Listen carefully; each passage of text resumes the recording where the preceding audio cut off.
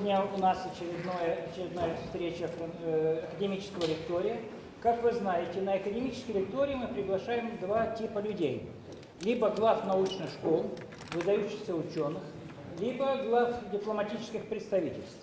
У нас традиционно выступают послы разных государств. Вы, наверное, уже недавно слушали итальянского посла, он был последним. Вот. И глав школ мы представляем. И вот у нас сегодня очень удачное совпадение, потому что завтра мы начинаем конференцию, посвященную 812 году. И на этой конференции будет выступать большая делегация французских ученых и русских ученых. И мы будем смотреть с двух сторон, как война 812 года репрезентируется в историографии России, в историографии Франции. Это очень интересно, потому что сейчас много споров по этому поводу. Я вас всех приглашаю, кто захочет, приходите в D1 в аудитории. Эта конференция будет проходить. Так что, пожалуйста, всем, кому это интересно. И хотел бы сказать, что вот именно в связи с этой конференцией нам приехал очень уважаемый гость, профессор Жак-Оливье Будон, который является профессором новейшей истории университета Сорбонны, нашего партнера университета Париж-1, Париж-4.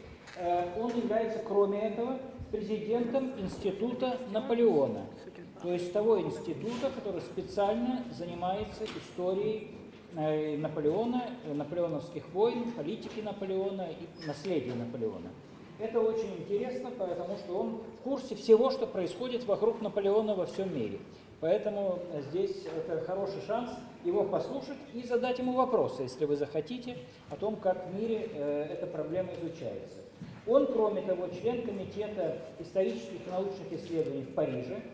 А тема сегодняшней лекции объявлена была. Это тема «Наполеон и русская кампания».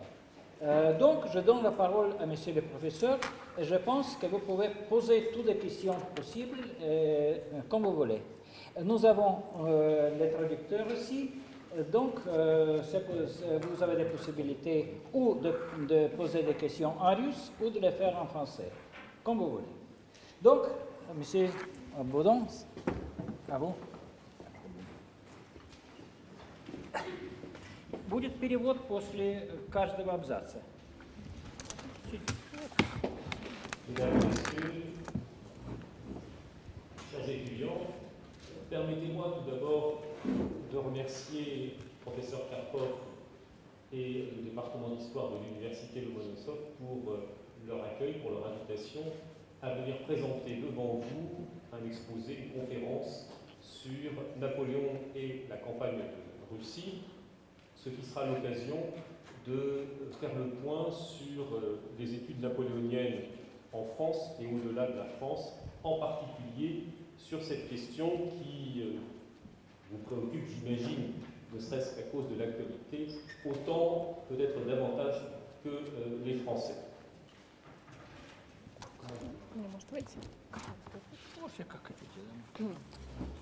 Уважаемые друзья, дорогие студенты, дорогие преподаватели, прежде всего я бы хотела поблагодарить профессора Карпова за приглашение и за то, что у меня есть возможность выступать сегодня перед вами. И тематика вам известна. Сегодня я буду говорить о Наполеоне и о русской кампании. И таким образом я подведу сегодня некоторые итоги нашего изучения этой проблемы во Франции. Il se trouve que c'est aujourd'hui la 6e fois que je viens à Moscou, et la première fois c'était en décembre, si ma mémoire est bonne, en décembre 2000, à l'occasion d'une exposition qui avait eu lieu au musée d'histoire de Moscou, exposition qui était consacrée à Alexandre et Napoléon, le tsar et l'empereur, une exposition qui avait rencontré un très grand succès, et à cette occasion j'étais venu faire une conférence sur Napoléon et Alexandre, que je ne vous referai pas aujourd'hui, mais c'est vous dire qu'en 12 ans, j'ai eu aussi l'occasion d'observer les évolutions sur l'historiographie de l'époque napoléonienne, et on se rend compte aujourd'hui, en 2012, alors que l'on célèbre le bicentenaire de la campagne de Russie, que ces recherches sur l'époque napoléonienne, sur l'époque d'Alexandre et de Napoléon ont été particulièrement nombreuses. Je ne vais pas revenir sur la façon dont vous, Russes, commémorez 2012, enfin 1812, en 2012, et la conférence qui aura lieu demain sur les doubles regards français et russes en est une attestation, en est une preuve, mais il y en a eu d'autres. Je voudrais peut-être, avant d'entrer dans le vif du sujet, vous dire un mot de la richesse bibliographique, historiographique, du renouveau des études sur la campagne de Russie qui se sont développées en France au cours de l'année 2012. Я бы хотела сказать, что я бывала в Москве 6 раз, то есть сегодняшний мой приезд уже 6-й. Первый раз я посетил Москву в декабре 2000 года. Я выступал на конференции, которая проходила в историческом музее Москвы. И эта конференция была посвящена Александру I и Наполеону. И я должен признать, что эта конференция прошла очень успешно. Также я хотел бы сообщить, что за те годы, которые я посещаю Россию, я вижу развитие не только вашей страны, но также и историографии и различных документов, посвященных Наполеону и русской компании в частности. И сегодня я не буду говорить о тех торжествах, которые посвящены 200-летию Отечественной войны.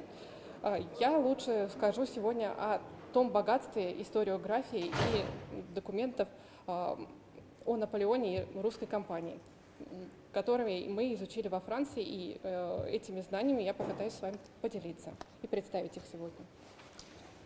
Parmi les ouvrages qui ont été publiés en 2012 et qui attestent de ce renouveau de l'historiographie de l'époque napoléonienne sur la campagne de Russie, je commencerai par évoquer le livre d'un professeur parisien, de l'Université de Paris, que certains d'entre vous connaissent peut-être, qui est Marie-Pierre Ray, grande spécialiste française des mondes russes et soviétiques, et qui a consacré son dernier livre à la campagne de Russie sous le titre « L'effroyable tragédie ».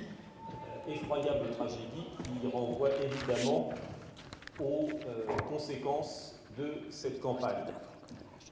En 2012 également a été publié en français le livre qui avait marqué l'année 2010 de l'anglais Dominic Lieven, traduit en français sous le titre « La Russie contre Napoléon » et qui est une très belle étude de la manière dont les Russes se sont opposés et ont été des adversaires constants de la France napoléonienne entre 1807 et 1814.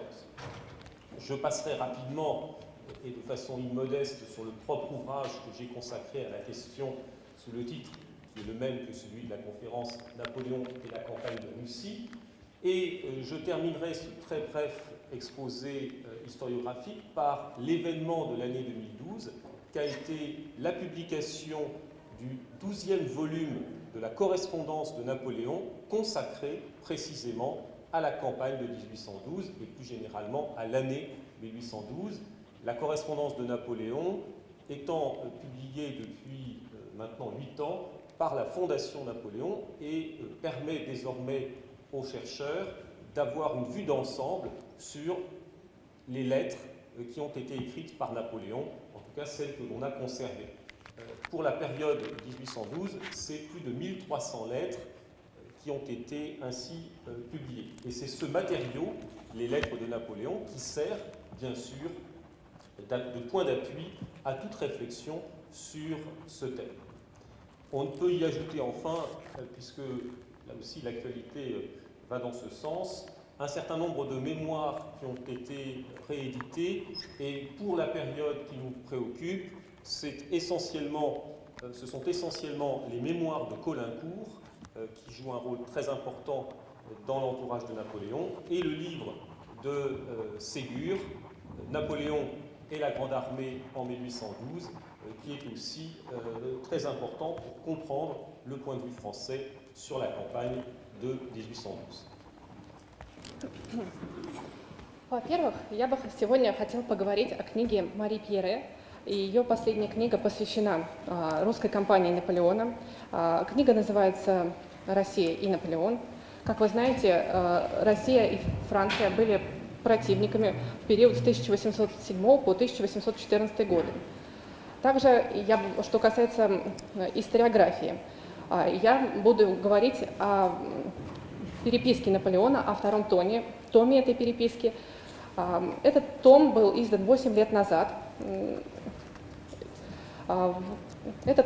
Там насчитывается более 1000 писем Наполеона, а если точнее, это 1300 писем.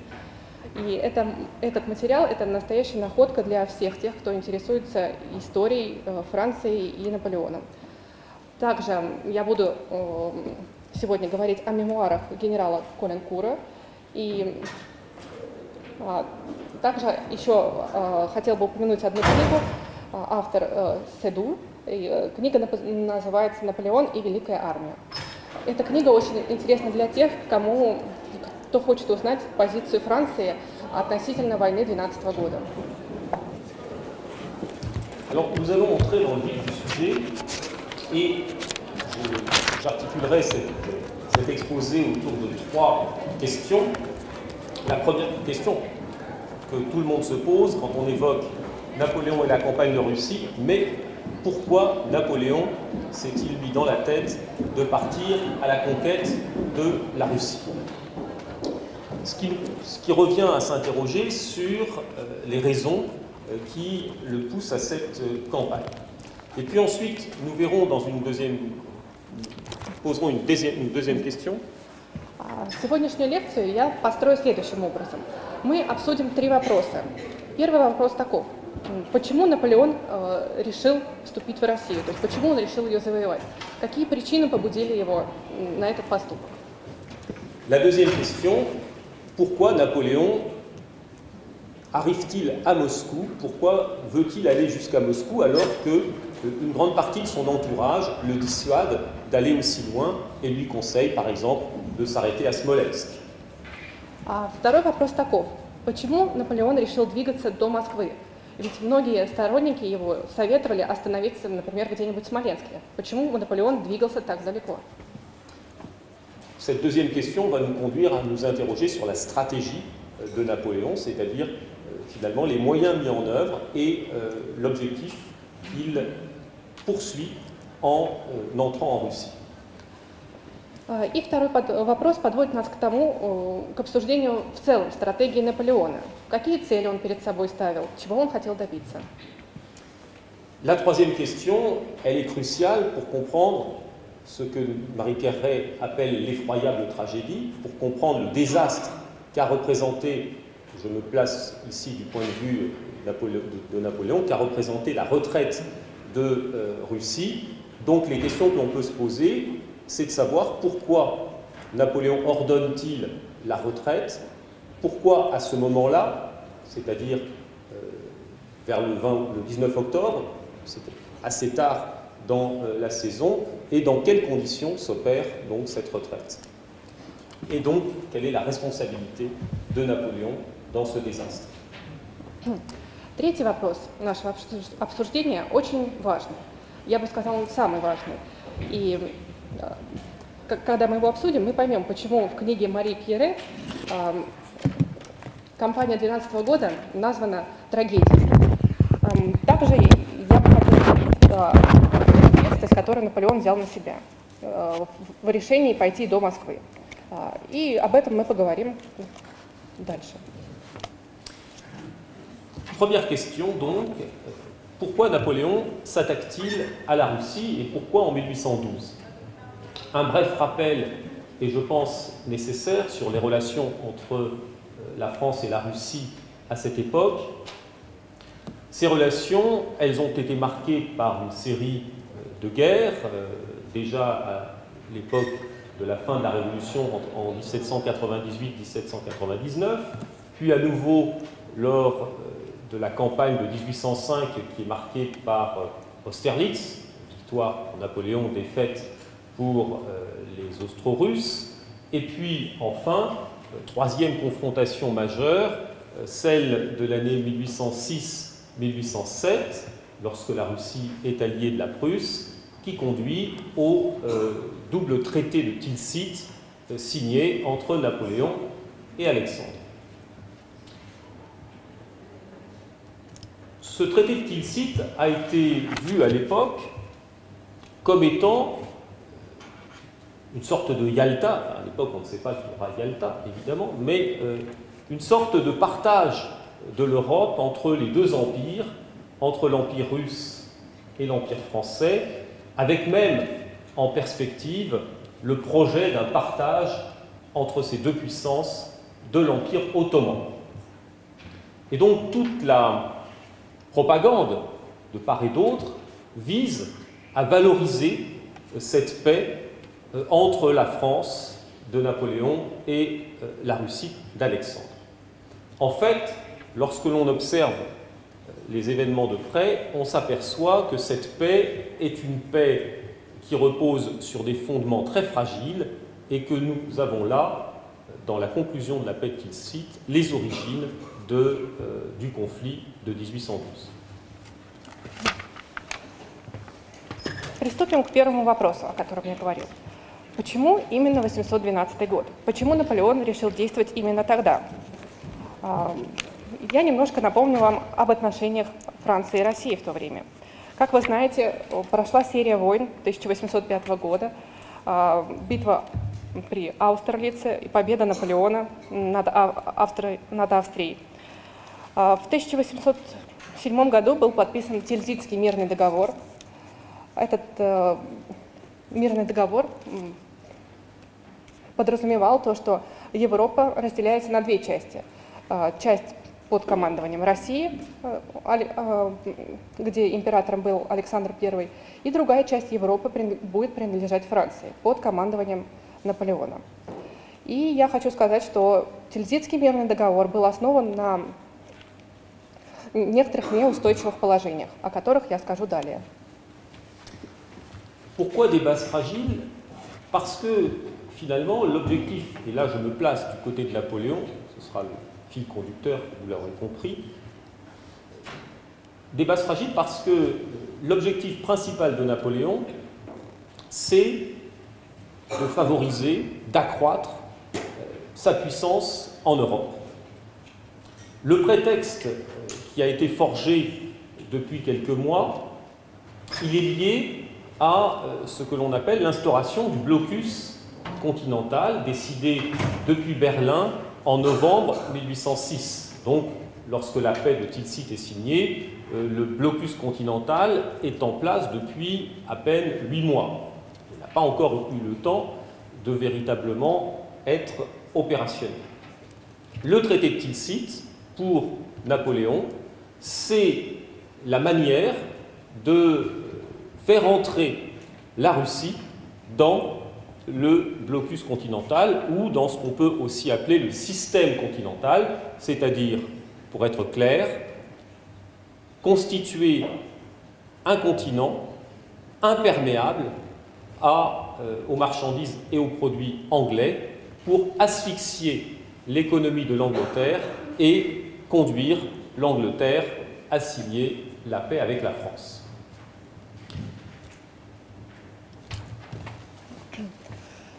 Так почему же я назвал положения Тильзитского мирного договора неустойчивыми?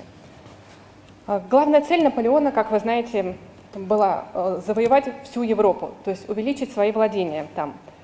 И для этого он вел континентальную блокаду. Континентальная блокада подразумевает под собой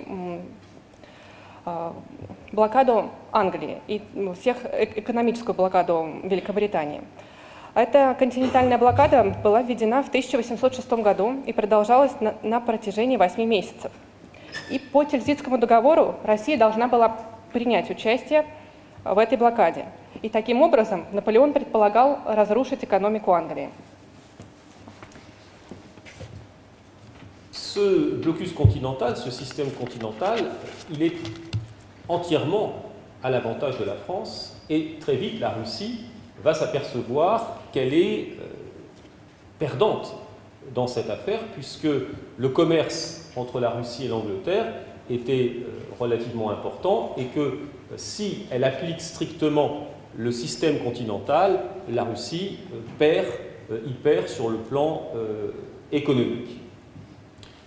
Or, la Russie, finalement, n'obtient pas de contrepartie véritable sur le terrain économique, même si, dans un premier temps, Napoléon a laissé faire la conquête de la Finlande au détriment de la Suède, ce qui, d'une certaine manière, peut être vu comme une façon de donner un gage. Mais l'objectif de Napoléon, en laissant les Russes s'attaquer à la Suède, c'est aussi d'accroître le système continental et de faire entrer la Suède dans ce fameux dispositif, donc dans le système continental. Итак, континентальная блокада была выгодна для Франции, безусловно. А для России это было абсолютно невыгодно, ведь Великобритания являлась важным торговым партнером для России. А таким образом товары не могли доставляться из Англии, и торговля была наша нарушена. Si on se place sur un autre plan, on doit constater en revanche que la France de Napoléon, ne fait rien pour favoriser les projets des Russes en direction de l'Empire ottoman. Napoléon a envoyé en Russie, à Saint-Pétersbourg, un proche collaborateur qu'on a évoqué tout à l'heure, qui est le général ou le marquis de Caulaincourt, qui devient ambassadeur de France à Saint-Pétersbourg à la fin de 1807, qui va rester en Russie jusqu'en 1811. Donc, il joue évidemment dans la préparation de la campagne un rôle très important. Il est très lié à Alexandre, avec lequel il entretient de très bonnes relations. Et Caulaincourt va aussi s'employer avec les représentants russes à trouver une solution concernant le partage de l'Empire ottoman. Il y a plusieurs projets qui sont développés, mais à chaque fois, Napoléon s'oppose à ce que l'on aille plus avant dans le partage de l'Empire ottoman, parce qu'il ne veut pas accroître la puissance de la Russie en direction des mers du Sud. Я хочу напомнить, что господин Калинкур был послом Франции в России с 1807 года по 1811. И с Александром I у них были хорошие отношения, и они пытались найти решение, то, что касается разделения Османской империи. Но, безусловно, каждая сторона преследовала свои интересы. И, соответственно, Франция не хотела, чтобы владения России расширились до Северного моря. Donc le projet sur lequel était construite l'alliance de Tilsit, d'une certaine manière, est défaillant, puisqu'il ne va pas jusqu'au bout de la logique qui avait été envisagée dans le partage de l'Europe. Il faut enfin y ajouter un dernier élément qui contribue à montrer que l'équilibre trouvé en 1807 est un équilibre vacillant et un équilibre qui penche de plus en plus au profit de la France. Entre 1807 et 1811, veille de la campagne de Russie, l'Empire français n'a cessé de s'étendre, n'a cessé de se développer. Par conséquent, l'équilibre trouvé en 1807 s'est complètement effondré. 2 ou 3 rappels pour illustrer ce propos. En 1808, la France a envahi la péninsule ibérique. En 1809, la France a répondu à l'attaque autrichienne, ce qui s'est traduit par une extension dans 2 directions, qui va dans le sens qui influe directement sur les relations avec la Russie. Première direction, en direction de l'Empire ottoman, avec la constitution des provinces ibériennes sur la côte adriatique, donc à la frontière de l'Empire ottoman, et surtout deuxième direction, avec la conquête d'une partie de la Pologne autrichienne, qui va favoriser le renforcement d'un État qui était né au lendemain de Tilsit, qui est le duché de Varsovie, avec la perspective de reconstitution d'un royaume de Pologne. Alors le terme le terme de royaume de Pologne n'est jamais employé à cette date, mais on voit se développer ce projet qui sera au cœur des préparatifs de 1812. Как я уже сказал, положения Тильзитского мирного договора были неустойчивы. И равновесие, которое было достигнуто в 1806 году, тоже не было устойчиво. В период с 1807 по 1811 год территория Франции увеличивается, то есть происходят различные завоевания. В 1808 году Франция приобрела Ионические острова. А в 1809 году в ходе войны с Австрией Франция получила ряд территорий.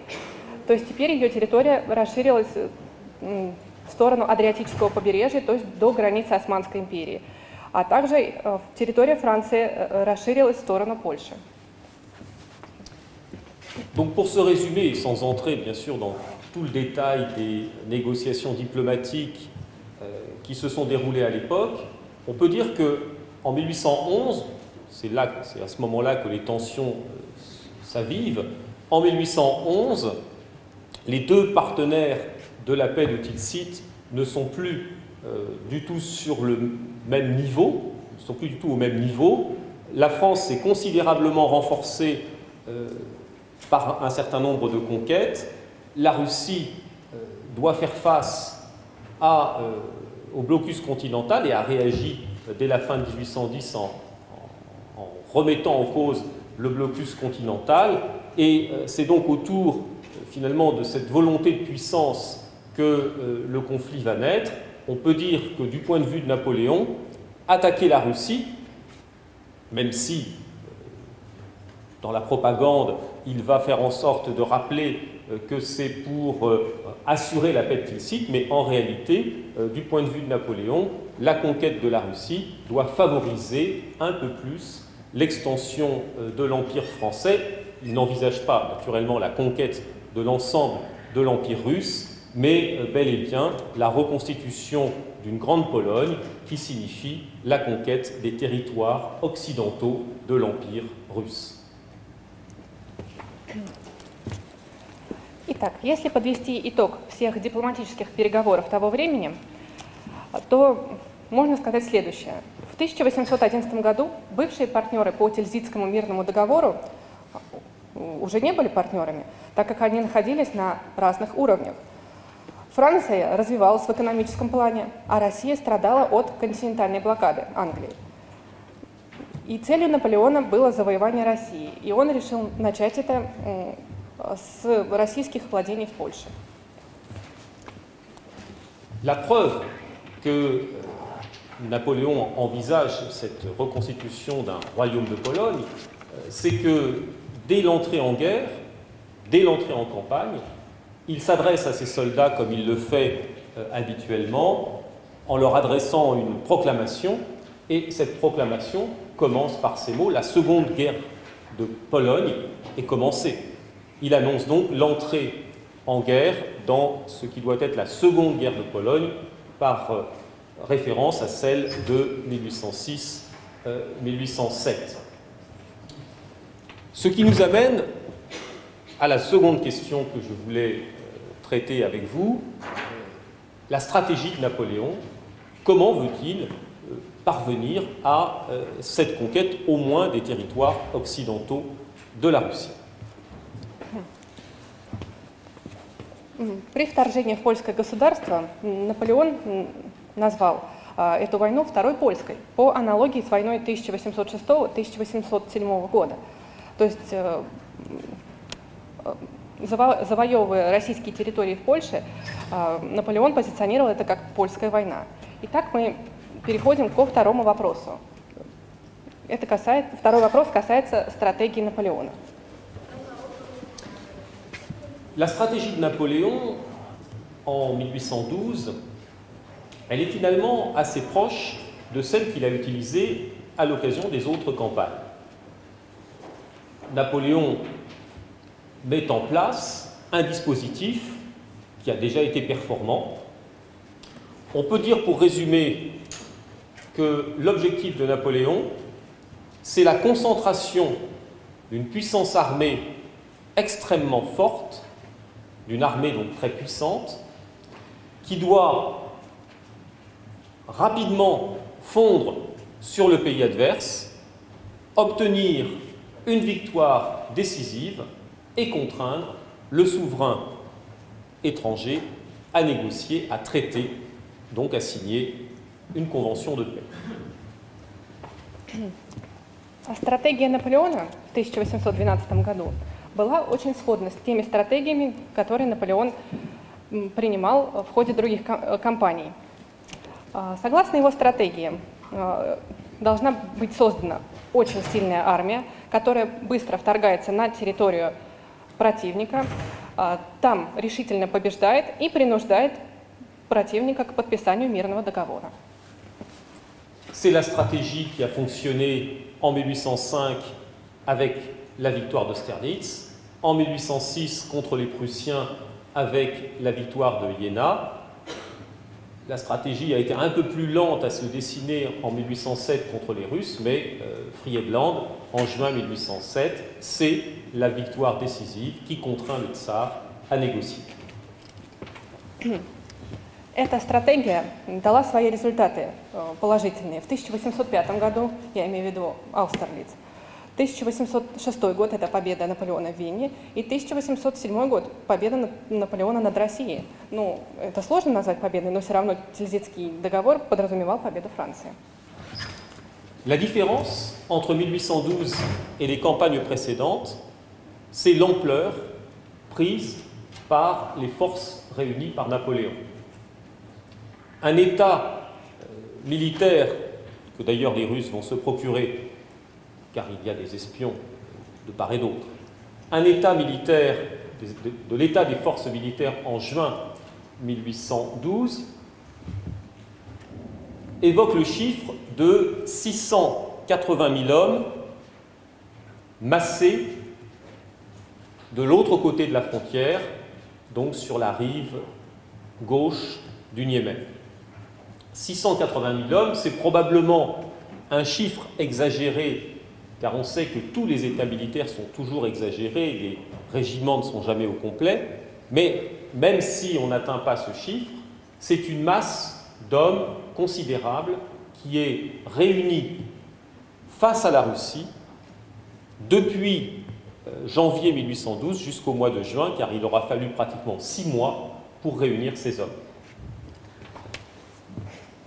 Разница между этой военной кампанией и предыдущими другими состояла в том, в количестве человек, принимавших участие в этой кампании. На июнь 1812 года, на этот момент, насчитывалось во французской армии 680 тысяч человек. И эти 680 тысяч человек находились на левом берегу Немана, то есть они готовились уже к вторжению. А России за 7 месяцев удалось собрать еще более внушительную армию. Alors ces 600 000 hommes, on va rester au chiffre de 600 000, ces 600 000 hommes, d'où viennent-ils? Pour moitié de France, l'autre moitié ayant été fournis par les États alliés de la France ou sous tutelle de la France, ce qui fait que cette armée est effectivement une armée plurinationale. On a parlé de l'armée des 20 nations, ce qui à l'époque signifie que l'on compte comme nation des pays, par exemple de langue allemande, comme le Württemberg, le Bade, la Bavière, etc. Les 20 nations, cela impressionne les esprits, avec une difficulté qui est forte, c'est qu'on ne parle pas la même langue dans cette armée, que le commandement va s'avérer très difficile et que également la relation, la liaison entre les différents corps d'armée, du fait de ce plurilinguisme, est également très difficile. Как я сказал, армия Наполеона насчитывала 600 тысяч человек. Половина, так из кого она состояла, эта армия? Половина – это французы, а другая половина состояла из воинов стран-союзниц. То есть, таким образом, армия получалась многонациональная. В общей сложности в этой армии было представлено 20 различных национальностей. И, как вы сами понимаете, многоязычие – это большая проблема для армии. Так как люди говорят на разном языке, ими тяжело управлять. Alors cette armée de 600 000 hommes, en réalité 450 000 franchissent dans un premier temps le Niémen, et puis des renforts arriveront par la suite. Cette armée, sur les ordres de Napoléon, elle entre en Russie à partir du 24 juin, j'utilise le calendrier occidental, à partir du 24 juin 1812. Si l'on suit le point de vue de Napoléon, l'objectif, c'est de parvenir à une victoire décisive. Il faut donc aller il faut chasser l'armée étrangère ou les armées étrangères, les rattraper et les vaincre. Et c'est ce qui explique le choix qui a été fait en 1812. D'abord, on entre dans le territoire de l'Empire russe, l'armée française commence à occuper les territoires occidentaux, mais avec un objectif, c'est la poursuite de l'armée adverse, c'est-à-dire des trois armées russes qui font face à celle au corps d'armée de Napoléon. 24 июня 1812 года французская армия в количестве 450 тысяч человек вторглась в Россию. То есть сначала вторглась эта часть армии, потом добавился еще один корпус. Они переправились через Неман. По плану Наполеона надо было быстро нагнать противника, то есть вражескую армию, и обрести победу в решительном и генеральном сражении. И Наполеон предполагал в первую очередь занять западные территории России. Cette stratégie, elle se heurte à une difficulté, c'est que pendant les premières semaines de la campagne, entre la fin du mois de juin pratiquement et la fin du mois d'août, on peut dire jusqu'à la bataille de Smolensk, il n'y a pas de combat de grande ampleur entre les armées de Napoléon et les armées russes. C'est-à-dire pendant 2 mois, je ne veux pas dire qu'il n'y a pas de combat, mais il n'y a pas de grande bataille, il n'y a en tout cas pas cette grande bataille que souhaite Napoléon. Et c'est là qu'on peut se poser une question sur l'état d'esprit de Napoléon. Comment se fait-il qu'il n'ait pas cherché à comprendre quelle était, du côté russe, la stratégie adoptée? On peut dire qu'il y a de sa part une forme d'aveuglement concernant les Russes et concernant les choix opérés par les Russes. Стратегия Наполеона столкнулась с трудностями уже в ближайшие месяцы после его вторжения. Так как стратегия Наполеона была рассчитана на победу в генеральном сражении, трудность состояла в следующем. Русские не давали генерального сражения на протяжении 2 месяцев, то есть до битвы под Смоленском.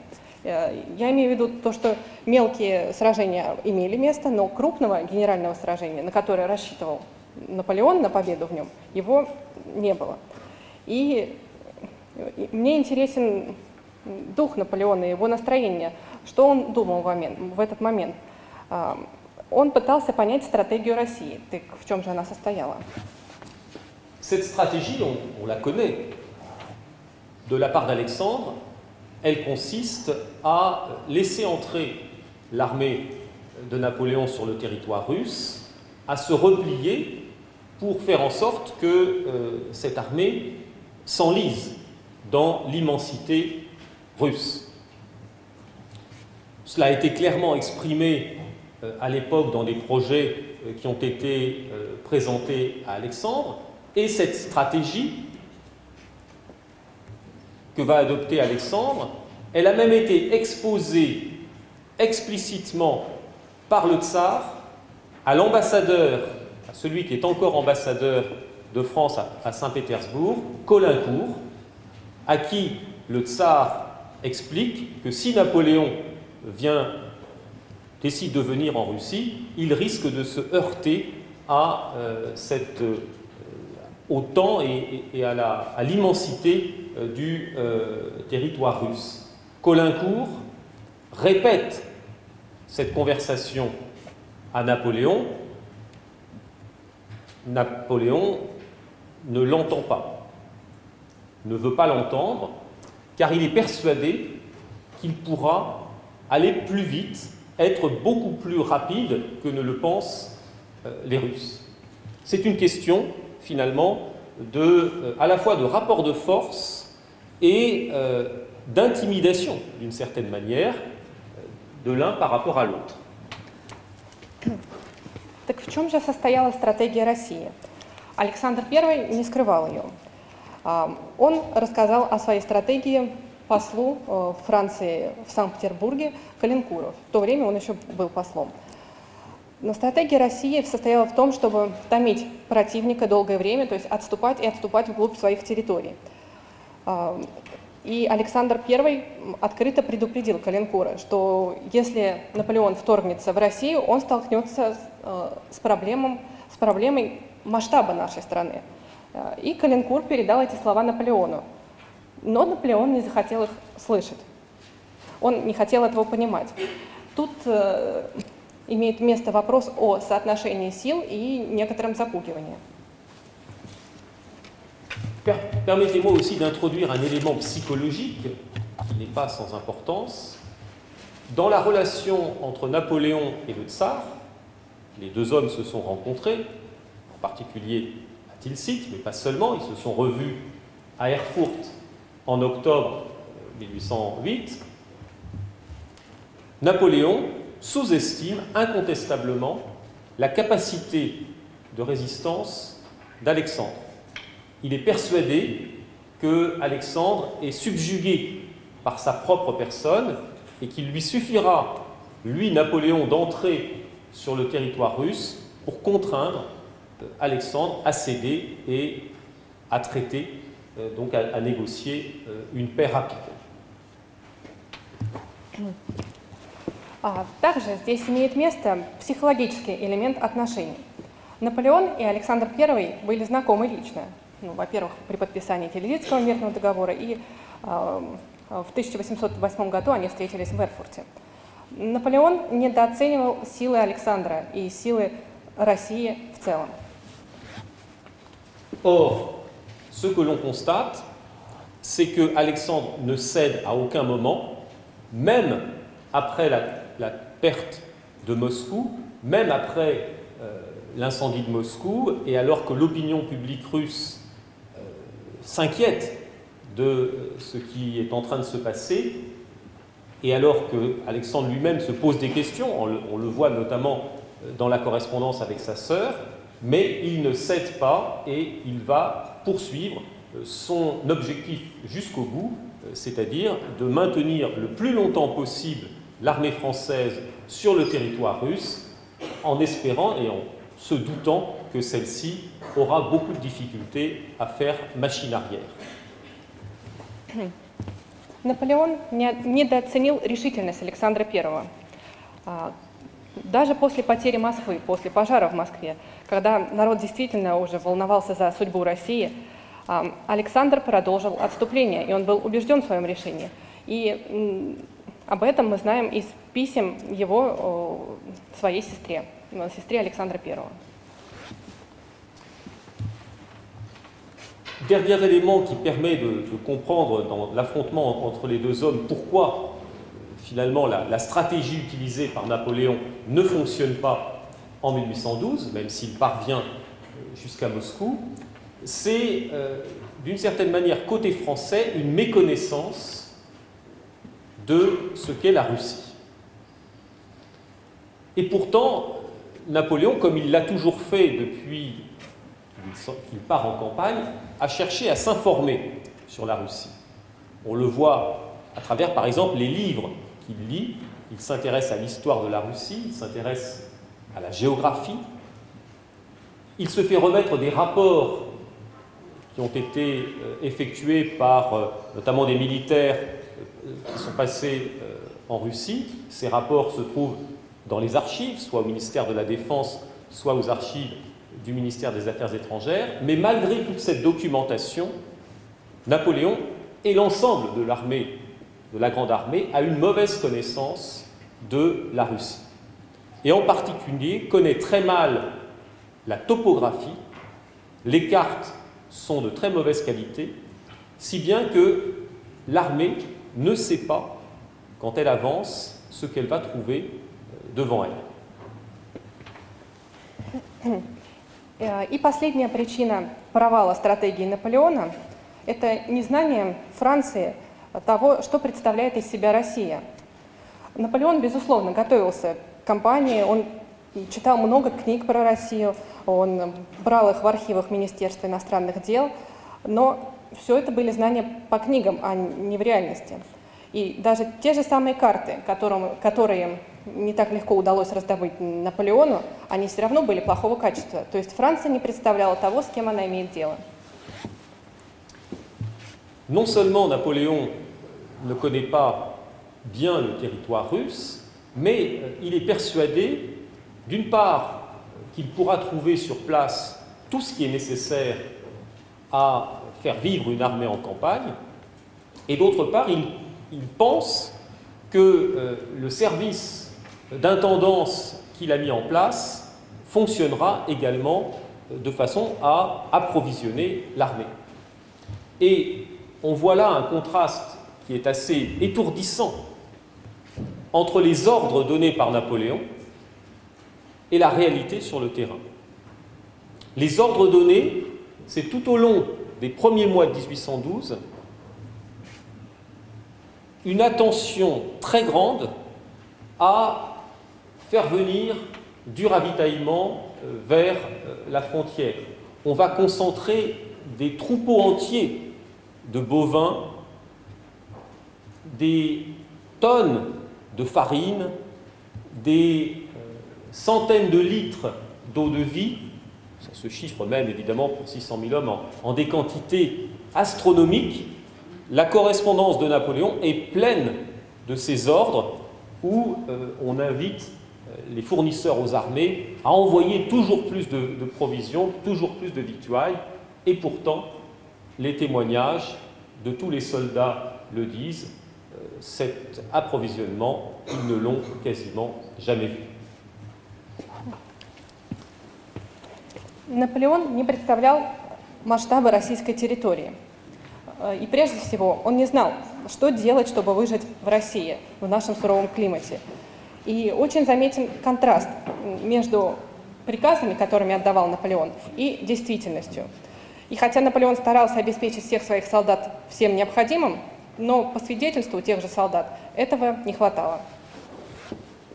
Ce qui explique cette absence, ce défaut d'intendance qui est lié à des raisons multiples, mais surtout au fait que l'armée avance toujours plus vite et que donc l'approvisionnement ne peut pas suivre, mais c'est ce qui explique que la mortalité dans l'armée française sera finalement surtout due à des causes externes et non pas aux combats eux-mêmes. La plupart des soldats meurent à la suite de fatigue, de malnutrition ou d'autres causes, et ce avant même de maladie, et ce avant même le début de la retraite. Наполеон не предусмотрел проблему транспорта. Вы понимаете, то, что армия движется намного быстрее, чем обозы с питанием. И таким образом были большие проблемы с продовольствием. И большинство солдат в ходе русской кампании умерли от усталости, от плохого питания и от других причин. Napoléon a conscience de cet état de l'armée. Il reçoit des rapports quotidien qui lui décrivent ces soldats qui ne sont plus dans les rangs, ces soldats qui meurent, cette cavalerie qui est décimée, et pourtant, il continue à aller de l'avant. À la fin du mois d'août, Napoléon aurait très bien pu s'arrêter à Smolensk, faire une pause en quelque sorte à Smolensk et envisager la poursuite de la campagne, par exemple au printemps suivant.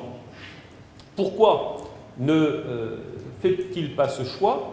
Eh bien, on doit revenir, comme l'a bien vu le grand théoricien de la guerre qui sert du côté du tsar, le Prussien Clausewitz, comme l'a bien vu Clausewitz, Napoléon doit maintenir l'objectif qu'il s'est fixé. Cet objectif, c'est obtenir une victoire décisive. Et il est persuadé qu'il pourra obtenir cette victoire, même s'il ne lui reste plus autour de lui que 150 000 hommes, un peu moins même au moment de la bataille de Borodino. Наполеон видел и понимал все трудности, с которыми сталкивается его армия, но тем не менее, несмотря на это, он продвигался вперед. Он остановился в Смоленске на некоторое время, и там он решал, не продолжит ли русскую кампанию, например, в следующем году. У него были действительно намерения остановить эту кампанию в этом году и продолжить в другое время. Но почему он сделал такой выбор? Почему он не остановился?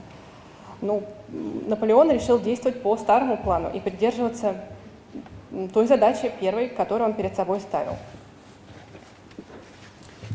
Cette victoire décisive, Napoléon pense l'avoir obtenue le 7 septembre 1812, lorsque les Russes, conduits par Kutuzov, abandonnent le champ de bataille de ce que vous, Russes, appelez Borodino, et de ce que les Français appellent le champ de bataille de la Moskova. La bataille de Borodino, je suis à Moscou, je vais parler de bataille de Borodino, la bataille de Borodino se solde en effet par la conquête de Moscou, quelques jours plus tard, puisque les Français y entrent le 14 septembre. Napoléon pense donc avoir réussi ce qu'il avait déjà réussi en s'emparant de Berlin, en s'emparant de Vienne ou d'autres capitales. Il est persuadé qu'il tient avec Moscou le gage suffisant pour pouvoir négocier avec le tsar. Так почему же Наполеон не перенес свою кампанию на следующий год? Он продолжал надеяться на решительную победу в генеральном сражении. И этим генеральным сражением он считал будет Бородинское сражение. Или, как говорят французы, битва под Москвой. Бородинское сражение имело место 7 сентября 1812 года. И Наполеон действительно надеялся, что русские покинут поле боя. 14 сентября Наполеон вошел в Москву. И он думал, что все произойдет так же, как было в Берлине и Вене. То есть ему принесут ключи от города. Но дело обстояло иначе. Moscou n'est plus la capitale politique de la Russie à cette date, Napoléon le sait bien, mais c'est la ville sacrée des Russes. C'est une ville devant laquelle toute l'armée française va s'enthousiasmer. La plupart des lettres qui sont écrites par les soldats à l'époque évoquent cette ville, une sorte de miracle qui apparaît devant leurs yeux et qui explique aussi la consternation des Français et de Napoléon Ier devant l'incendie qui embrase la ville. Quelques jours plus tard, Napoléon a écrit en particulier une lettre à sa femme, l'impératrice Marie-Louise, dans laquelle, finalement, il dit son incompréhension que les Russes aient mis le feu à Moscou. В тот момент Москва не была столицей всей России, и Наполеон это знал. Но тем не менее Москва все равно являлась священным городом для нашей страны. И Наполеон был крайне шокирован тем, что он увидел, то есть пожаром, тем, что русские сами подожгли свой город. И об этом Наполеон написал в своем письме жене Марии Луизе. Он писал: «Я просто не понимаю их действия». Mais à partir du moment où on part du principe que Napoléon veut, après une victoire décisive, traiter avec le tsar, on comprend quels étaient ses choix au cours de ces premiers mois de 1812. Il est à Moscou et il va donc rester à Moscou. L'armée stationne pendant plus d'un mois à Moscou, non pas, comme on le dit parfois, pour préparer une seconde campagne de printemps. L'objectif de Napoléon en octobre 1812, septembre-octobre 1812, son objectif, c'est de convaincre le tsar de traiter pour pouvoir rentrer vainqueur dans son empire. C'est pourquoi il reste aussi longtemps à Moscou, c'est pourquoi aussi il entreprend des négociations, où il cherche à entreprendre des négociations avec le tsar en envoyant des collaborateurs auprès de Koutouzov, le tsar lui-même se refusant à toute négociation de paix avec Napoléon. Наполеон находился в Москве более месяца, и все это время он пытался переговорить с Александром I по поводу подписания мирного договора. Наполеон пытался принудить Александра к этому, но Александр отклонял любые попытки Наполеона к переговорам. Таким образом, переговоров так и не состоялось в течение столь длительного времени.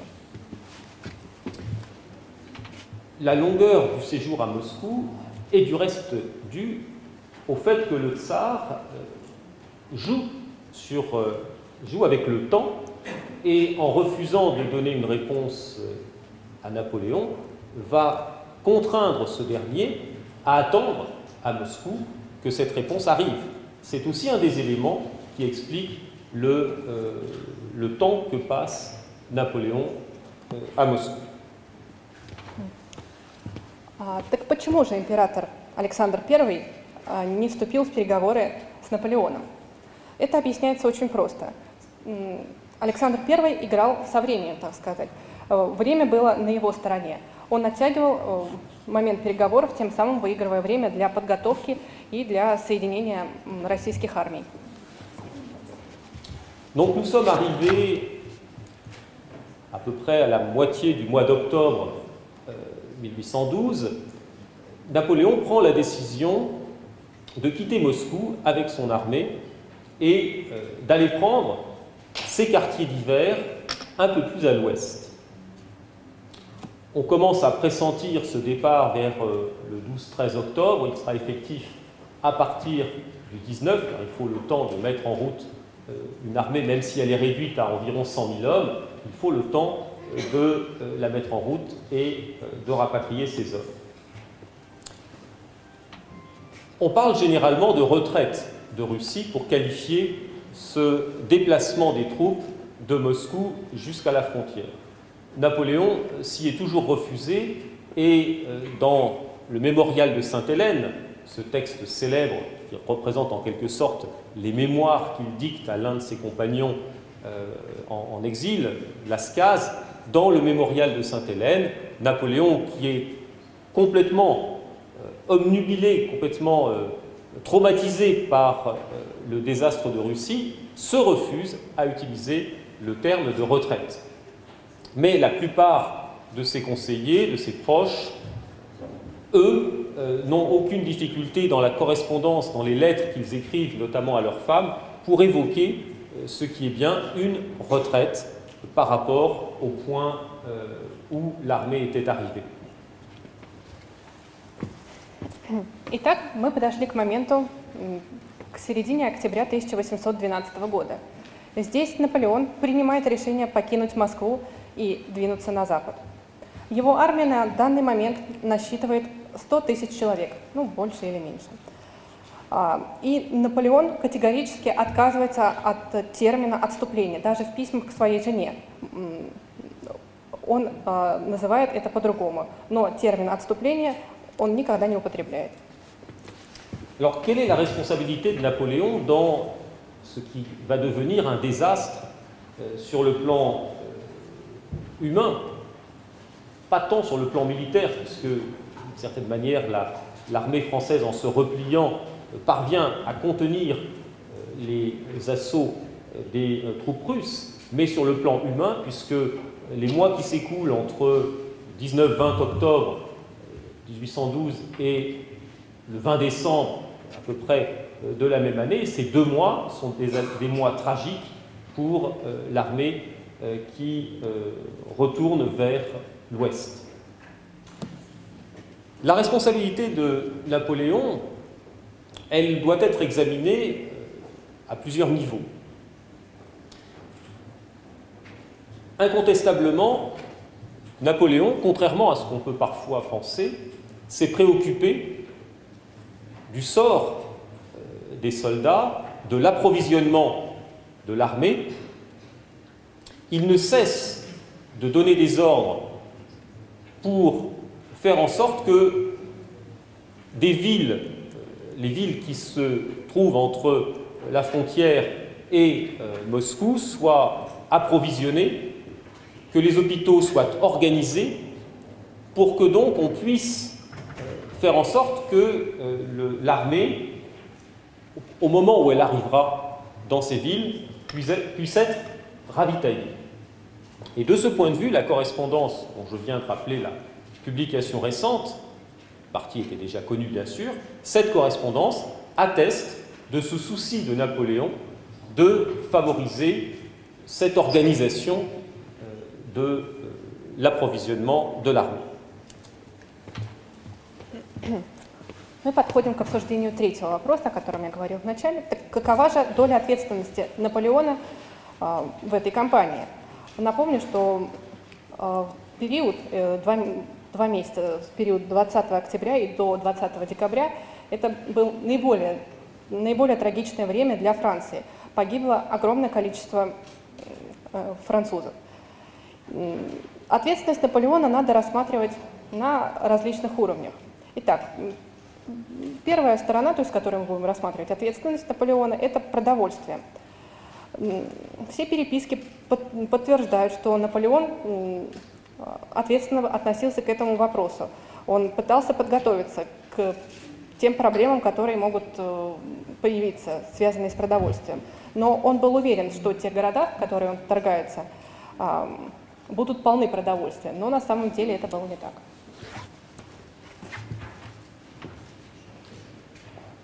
Donc cette question de l'intendance vient nous rappeler que si il reste 100 000 hommes à Moscou en octobre 1812, il y a encore de très importantes troupes françaises entre la frontière et la capitale.